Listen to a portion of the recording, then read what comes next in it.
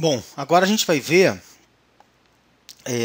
a respeito da autoconfiguração, né? Então, na primeira parte da aula, a gente viu como funciona o endereço IPv6, sobre o esgotamento do IPv4 um pouquinho, as técnicas de transição, e a gente viu os tipos de endereço que existem.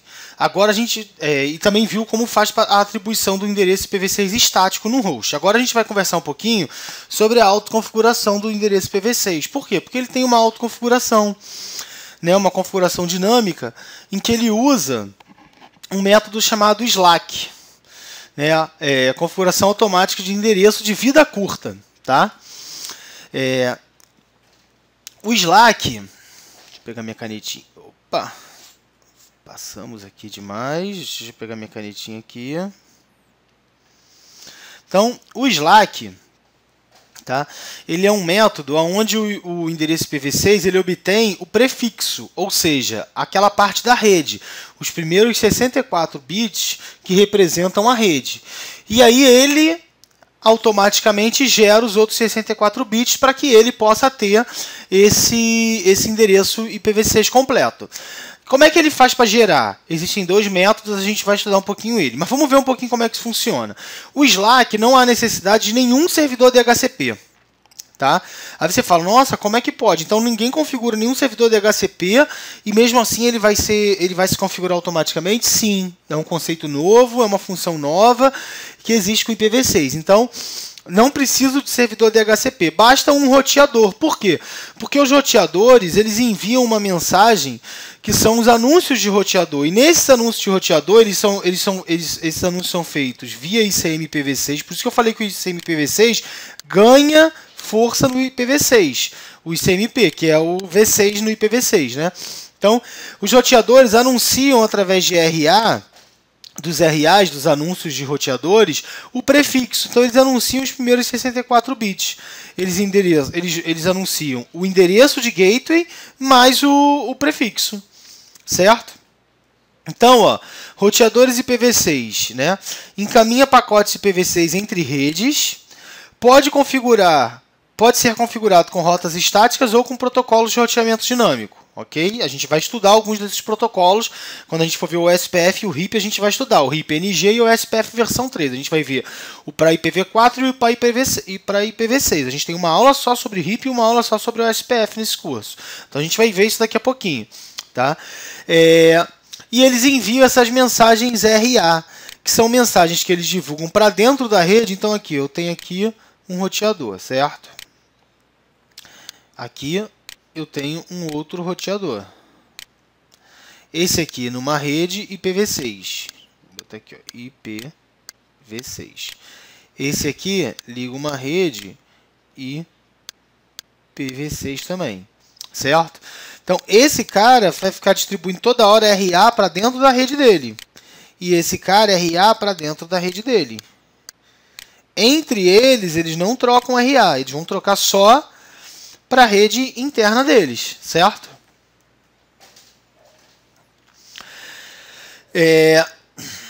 O roteamento unicast, né, desculpa, aqui houve uma tradução aqui, terminou traduzindo ao pé da letra. Para a gente poder trabalhar com IPv6, é obrigado que a gente que use o comando. Deixa eu pegar minha canetinha aqui. Toda vez que troca de tela eu erro um pouquinho ele. Ó. O comando IPv6 unicast routing. Certo? Esse comando é obrigado a ser ativado no roteador para que ele passe a funcionar com o IPv6. Ele não vem com essa opção habilitada por padrão, certo? Pelo menos por enquanto. Eu acredito que com o tempo isso vai passar a acontecer. A gente vai passar a ter esse comando ativado por padrão nos roteadores Cisco. Mas por enquanto ainda não vem, porque a grande maioria das redes ainda são IPv4. Tá? E os roteadores trocam a mensagem RA. Tá? A mensagem RA pode conter 3 informações. Apenas Slack, ou seja, todas as informações vão vir através do RA. Quais são todas essas informações? O gateway e o prefixo da rede, os primeiros 64 bits da rede, certo? Uma outra informação que pode vir no RA é o seguinte, ó, Slack mais DHCP, os dois juntos. Então, quais são as informações que são usadas para atribuir um host? Né? Vamos voltar lá na nossa transparência, naquela parte onde a gente já viu lá. Ó, quais são as informações que a gente pode ver aqui? Ó? O endereço IPv6, o prefixo e o gateway. Isso aqui o Slack traz para mim, certo? Né? Esses primeiros 64 bits o Slack traz e os outros 64 eu vou gerar. A gente vai ver como é que é feita essa forma de gerar isso aqui. E o servidor DNS. DNS primário e DNS secundário. Vamos voltar lá na nossa transparência. Né? Então aqui, ó, quando eu falo que vai ser Slack mais DHCP, o DHCP vai complementar o que o Slack não der. Ou seja, ele vai distribuir o endereço DNS. Uma outra coisa que ele vai fazer, isso é conhecido como DHCP v6 stateless, ok? E uma outra coisa que ele faz também é um servidor TFTP, quando há necessidade. E qualquer outra informação que seja distribuída, que seja necessário distribuir, tá? Ou então, nessa RA vai vir dizendo que todas as informações vão vir através de um DHCP. Aí a gente conhece como DHCP stateful.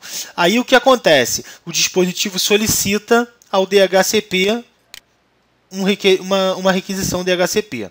Tá? Então, roteadores enviam RA usando o endereço link local da rede. Tá? Então, sempre vai ser o endereço link local.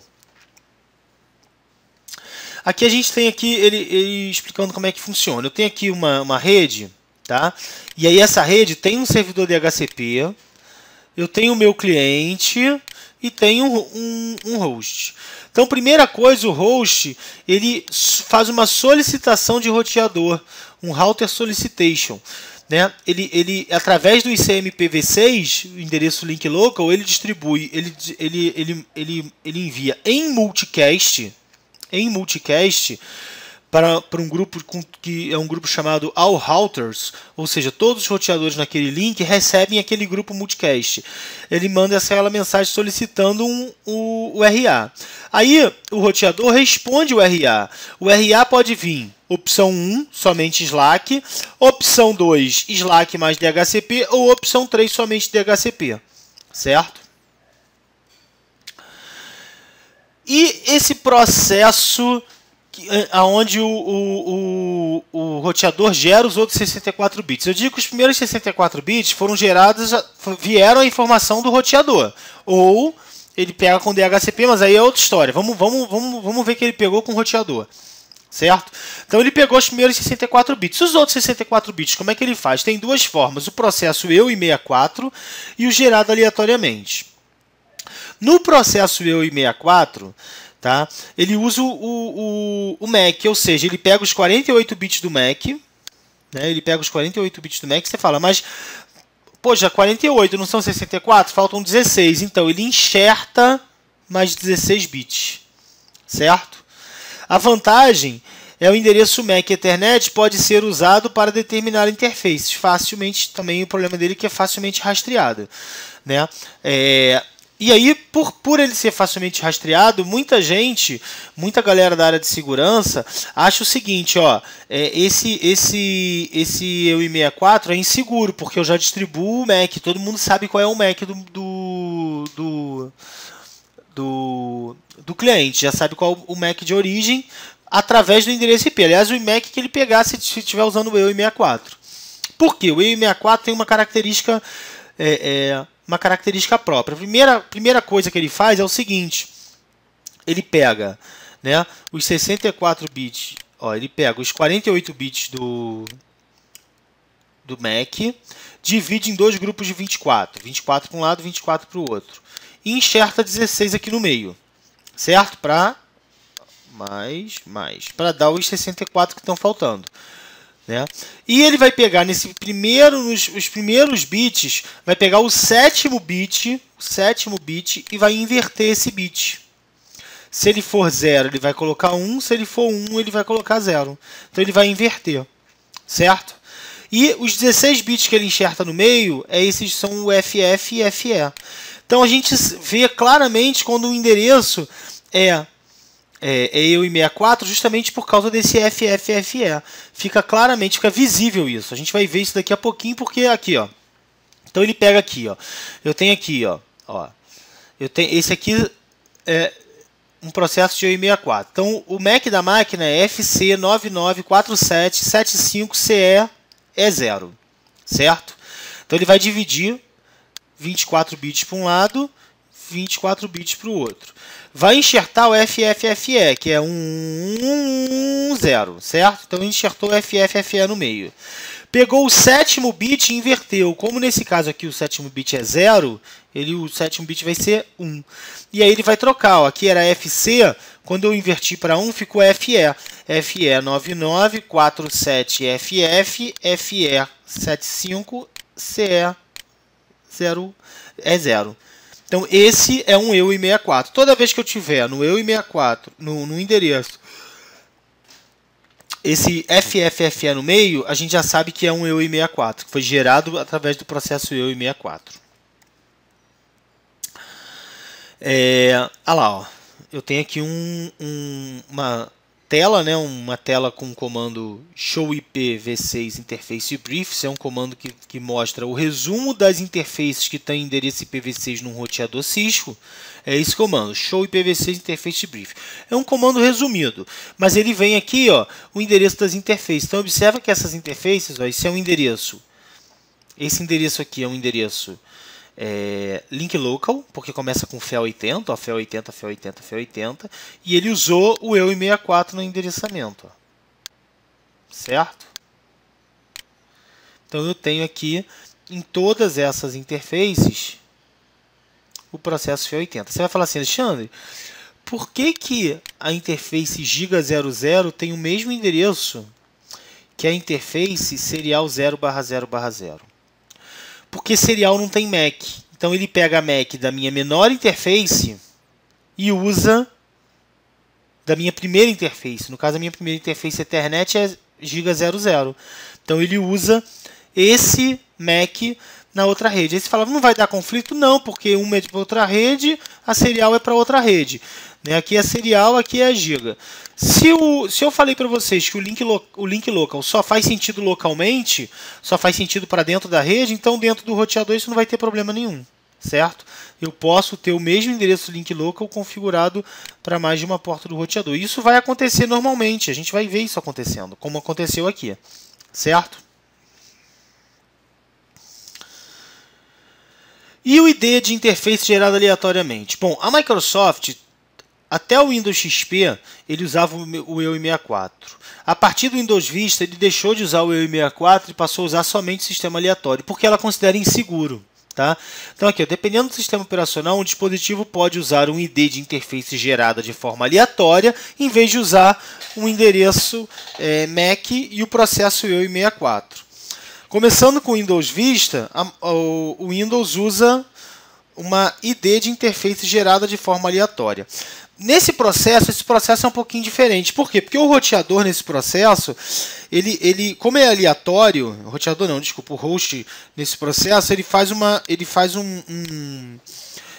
distribui um pacote na minha rede, do ICMP também, que é um pacote de descoberta de vizinhança, que ele faz o seguinte, ele faz uma pergunta para a rede, alguém está usando o endereço tal?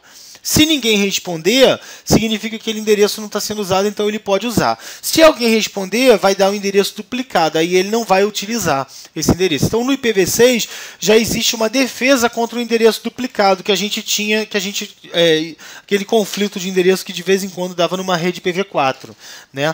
O próprio ICMPv6 não vai permitir que isso aconteça, ele vai sempre fazer essa pergunta antes de usar um endereço que pode vir a ter um endereço repetido.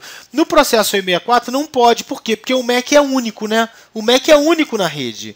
Então, se o MAC é único na rede, porque o MAC é único no mundo, ou pelo menos deveria ser, a gente não vai ter nunca um endereço IPv6 repetido nesse caso. Bom, endereço link local dinâmico, né? Na verdade, o endereço link local, gente, ele é sempre dinâmico. tá? Ele é sempre dinâmico. A gente não vai precisar atribuir ele estaticamente. Por quê? Ativou o IPv6, automaticamente ele se atribui o endereço link local. A gente deve deixar que ele seja assim. A gente não deve interferir no endereço link local, ok? Então o endereço link local, deixa que o endereço link local a própria máquina, o próprio sistema operacional resolve. Esse é o ideal, tá? Ó, o endereço link local, ele vai usar o EU64. Tá vendo? O endereço link local é criado dinamicamente usando o prefixo FE80 e mais o ID da interface. O ID da interface pode ser o EU64 e pode ser aleatoriamente, tá, gente? O Windows não usa o EU64 para nada. Ele só usa aleatoriamente, tá? Para não expor o endereço MAC da máquina, que de certa forma é uma falha de segurança. Mas nós temos que, na verdade, não adianta a gente ficar escondendo o endereço MAC. A gente tem que criar boas regras de segurança para que não aconteça, para que o invasor não consiga entrar na minha rede, certo? Endereços multicast. O IPv6 tem endereços multicast. O endereço multicast tem o prefixo sempre FF/8. Sempre que tiver o prefixo FF, começar com FF, tá? Sempre que começar com FF, significa que é um endereço multicast no IPv6, certo? Então, a gente tem dois grupos aqui, por exemplo, que são os multicasts atribuídos e a gente tem dois grupos, o multicast atribuído e os multicasts de nó solicitado, certo? Então, aqui ele está mostrando para a gente os multicasts atribuídos. Os multicasts atribuídos são grupos comuns de multicasts, tá? Então a gente vai ver alguns aqui. Por exemplo, o FF02.2.1, tá? É um grupo de multicast de todos os nós. Ele substitui o broadcast da rede IPv4. Então na rede IPv4 a gente tinha o broadcast. Na rede IPv6 a gente vai ter o multicast de todos os nós. Então todos os dispositivos habilitados com IPv6 participam, tá? Desse grupo. Todo mundo botou IPv6, automaticamente ele passa a responder o grupo FF02.2.1. E o FF02.2.2 é um grupo de multicast para todos os roteadores. Então é aquele grupo para onde ele vai enviar aquela solicitação de roteador. Ele envia a solicitação de roteador e a resposta, o roteador responde em unicast. Mas a solicitação de roteador é feita para o grupo FF02. Todo roteador responde por esse grupo numa rede IPv6. Tá? Roteador, automaticamente ele participa. Um roteador se torna um membro desse grupo quando é habilitado como um roteador IPv6, ou seja, IPv6 Unicast Routing. Tá, o comando aqui, ó, saiu um ozinho aqui nesse comando aqui, ó, mas esse ozinho não tem. Então aqui, ó. Tá, esquece esse ozinho aqui, ó. E o comando é IPv6 Unicast Routing. OK? E um pacote enviado a esse grupo é recebido e processado por todos os roteadores IPv6. Então, todo roteador recebe esse pacote, processa e responde, certo? Então, são dois grupos que são bem conhecidos. Esses são só dois exemplos, tá? O FF02.2.1 e o FF02.2.2. Aqui ele dá um exemplo aqui do multicast, ó, para esse pacote. O endereço de destino é FF02.2.1. Ou seja, o roteador está mandando um pacote, certo? O roteador está mandando um pacote, é um pacote de RA, mandando para todo mundo, informando qual é o prefixo da rede. O prefixo da rede é 2001 0db8 ACAD 2.1 e eu sou o 2001 0db8 ACAD 2.1 ou seja, ele mandou um pacote para toda a rede, para todo mundo, informando quem é ele e o prefixo da rede. Isso é um anúncio Slack, né? Um anúncio Slack, certo? RA. Um RA que atribui isso aí tudo. Então, para isso que servem os grupos multicast. A gente já viu, o conceito é parecido com o IPv4. Né?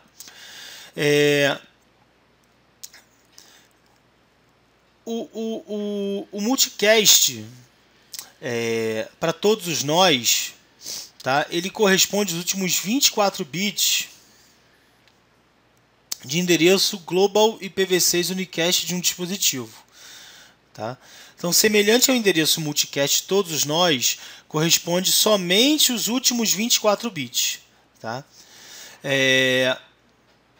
São multicast de nó solicitado, tá, gente? O multicast todos os nós corresponde tudo. O nó solicitado corresponde somente os últimos 24 bits. Tá? Ele é criado automaticamente quando o unicast global ou o endereço de link local unicast são atribuídos. Na hora que atribui o unicast global ou o link local, ele automaticamente cria esse endereço.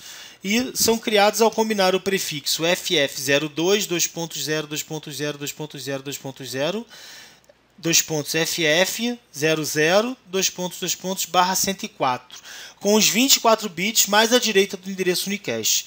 Então,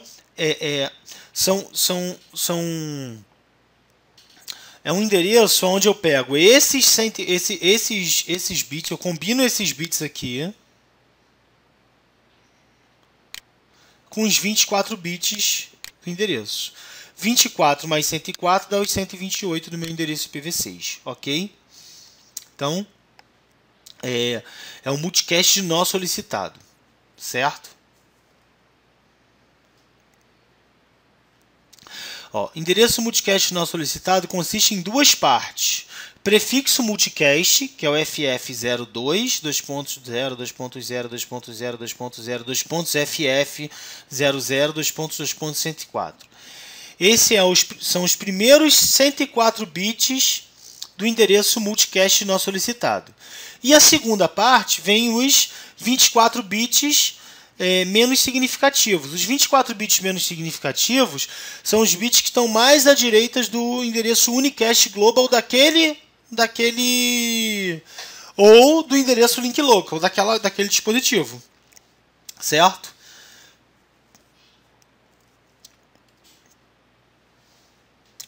E o ICMPv6? Vamos falar um pouquinho sobre o ICMPv6. O ICMPv6, ele no contexto de IPv6, ele ganha força. Por quê?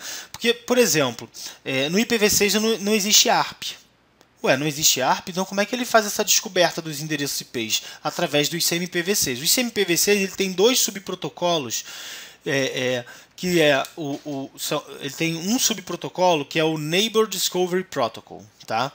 Esse protocolo de Neighbor Discovery, de descoberta de vizinhança, ele é responsável por mensagens de solicitação de roteador, mensagens de anúncio de roteador, mensagens de solicitação de vizinho e mensagens de anúncio de vizinhos. São 4 mensagens muito importantes numa rede IPv4, numa rede IPv6, desculpa.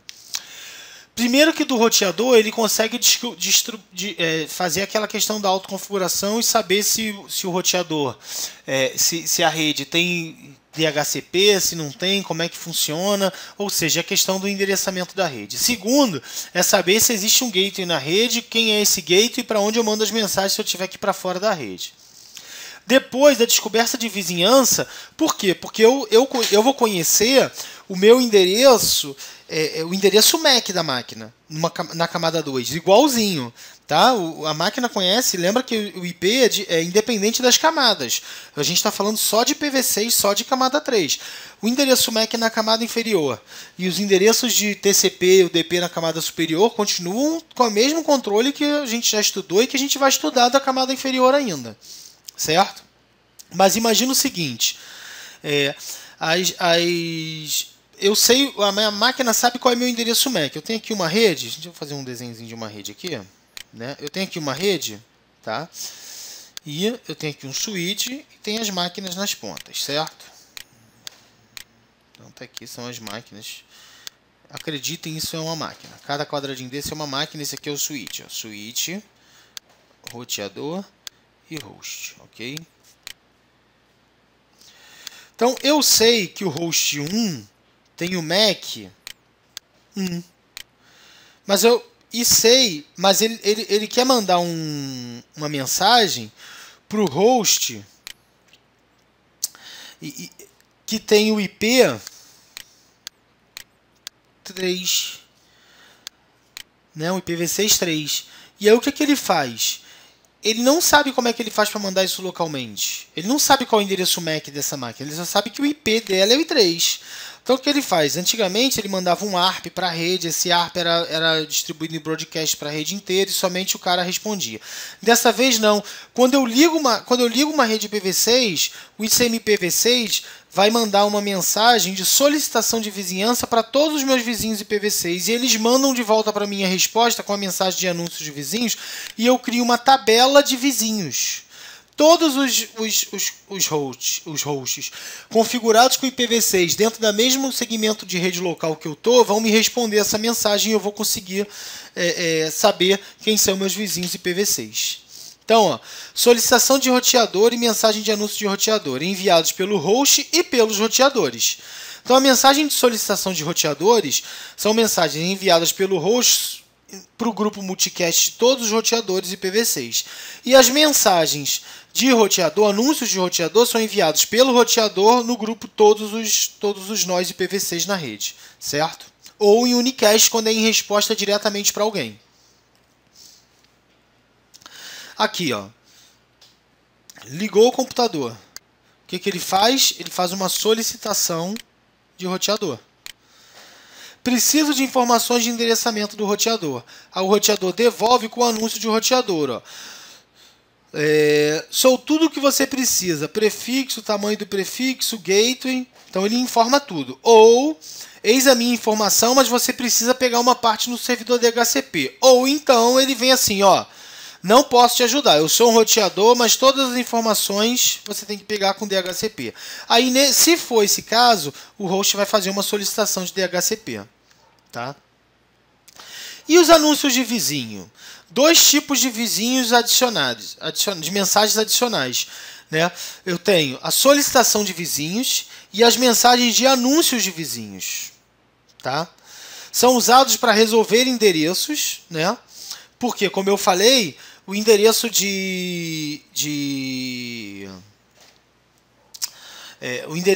normalmente numa rede eu sei o endereço IP, mas o MAC eu ainda não sei, eu vou ter que descobrir. Então isso era feito pelo ARP e agora vai ser feito pelo anúncio de vizinhos, tá? Pelo protocolo de descoberta de vizinhança. E, além disso, ele serve para detectar endereço duplicado. Então ele tem um pacote que faz a detecção de endereço duplicado numa rede com IPv6. Tá? Então a solicitação de vizinhos serve para essas duas coisas. Serve para eu verificar, fazer uma resolução de endereços para a rede local e serve também para eu fazer para eu detectar endereços duplicados na minha rede, certo? Então qualquer uma dessas duas coisas podem ser feitas através do ICMPv6. Por isso que eu falei, o ICMPv6 ganhou uma força no IPv6. Ele não pode mais ser bloqueado sumariamente. Antigamente, o IPv6 era bloqueado. Né? Só o ping, só deixava aquele request, aquele serviço de ping para a gente poder verificar a conectividade. Hoje não vai poder mais ser assim. O IPv6, o ICMP, ganha uma força incrível numa rede V6. Tá? Então ele passa a ser muito importante porque ele vai substituir o ARP, por exemplo. Certo? Ah lá, ó. Neighbor Discovery. Primeiro que ele manda, ó, FF02. Ou seja, ele manda para um grupo FF02 e FF0. Ele manda para um grupo de nó solicitado. Certo? Então ele manda o grupo, ó, eu preciso do endereço MAC Ethernet do dispositivo que tem esse endereço unicast. Aí ele manda o endereço unicast para esse grupo. Observa que aqui, ó, aqui e aqui, só quem responde é esse cara. Por quê? Porque é um grupo de nó solicitado, mas com um finalzinho unicast desse cara. Aí o que acontece? Né? Esse cara vai responder. Aqui ele vai fazer um outro tipo de anúncio. O PC2 faz uma outra pergunta. É o seguinte, ó, ele pergunta, ó, antes que eu use o endereço, não há mais ninguém com essa conexão. Ou seja, ele faz uma pergunta também para o nosso solicitado, Então, aquele serviço de nó solicitado lá atrás que eu expliquei, ele é usado no ICMPv6 nessa descoberta de vizinhança, ok? Então, tem que lembrar disso. É o FF02, 2.0, 2.0, 2.0, FF00, e os últimos 24 bits do endereço IP que eu estou querendo descobrir. Então, por isso que eu boto ele. Eu boto porque eu estou querendo descobrir ele. Certo? E mesma coisa no duplicado, porque ele vai fazer uma pergunta para ver se existem nós duplicados, para ver se existem informações duplicadas. Então, o ICMPv6 realmente passa a ter uma importância muito grande na rede IPv6. Eu sei que estou sendo repetitivo nisso, mas é porque é verdade, e ele não era tão importante na rede IPv4, porque outros protocolos faziam essas funções, e agora ele passou a ser importante. E acabou, pessoal. Essa foi a aula de IPv6, tá? Onde a gente viu alguns conceitos importantes de IPv6. Como eu falei, no IPv6 a gente não faz muito cálculo, não precisa se preocupar muito com cálculo. A gente vai ter que fazer alguns cálculos, vai sim, e a gente vai aprender isso um pouquinho mais lá na frente, certo? Então a gente vai aprender a fazer, a calcular um certo nível de subrede com o IPv6 e vai aprender também a fazer, por exemplo, cálculos de bit para fazer uma sumarização de rede. A gente vai aprender isso, mas é um pouquinho mais lá na frente no nosso curso. Por enquanto, eu sei que o curso está muito teórico, pessoal, mas não tem jeito. Essas primeiras aulas são teóricas. Até a 6ª aula são aulas teóricas. A partir da 7ª aula, a gente começa a ter prática nas nossas aulas, começa a ter laboratórios nas nossas aulas e começa a ficar um pouquinho mais dinâmico o nosso curso, um pouquinho mais dinâmica as nossas aulas. Então, acostumem-se com isso, porque isso é o que vai acontecer. Tá? A certificação CCNA é uma certificação muito teórica. Como eu falei, não tem como estudar para o CCNA só com prática, não tem jeito. Aproveitem a biblioteca lá na nossa biblioteca virtual. A gente tem os livros disponíveis lá para vocês baixarem do Cecente. Então baixem os livros. Eu tenho essa versão em português, a versão em inglês. A versão em português ainda é a versão a versão anterior a esse Cecente, mas está tudo lá. Só falta o SPF. Se não me engano, a única coisa que falta é o SPF. O resto tem tudo. Tá? E a gente também tem a versão em inglês para quem preferir estudar em inglês. Então tem as duas versões. Continuem. Comecem a ler esse livro, vocês vão ver que tem bastante coisa de teoria para vocês aprenderem. E não se esqueçam, dúvidas no fórum de dúvidas. Vamos encher o fórum de dúvida, pessoal. Eu estou aqui para responder.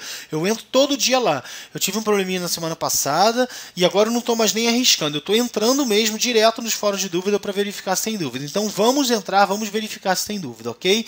Então, essa foi a aula de IPv6. Aguardo vocês na próxima aula. A gente vai falar de camada enlace de dados, certo? A gente vai falar das duas camadas inferiores do modelo OSI, que é enlace de dados, e a camada física, a camada de acesso à rede no modelo TCP/IP. Então a aula vai fechar aí o modelo OSI, fechar o modelo TCP/IP, para a gente começar a verificar algumas coisas um pouquinho mais práticas a partir da 7ª aula. Então essa foi a nossa 5ª aula, a aula que a gente falou sobre o IPv6.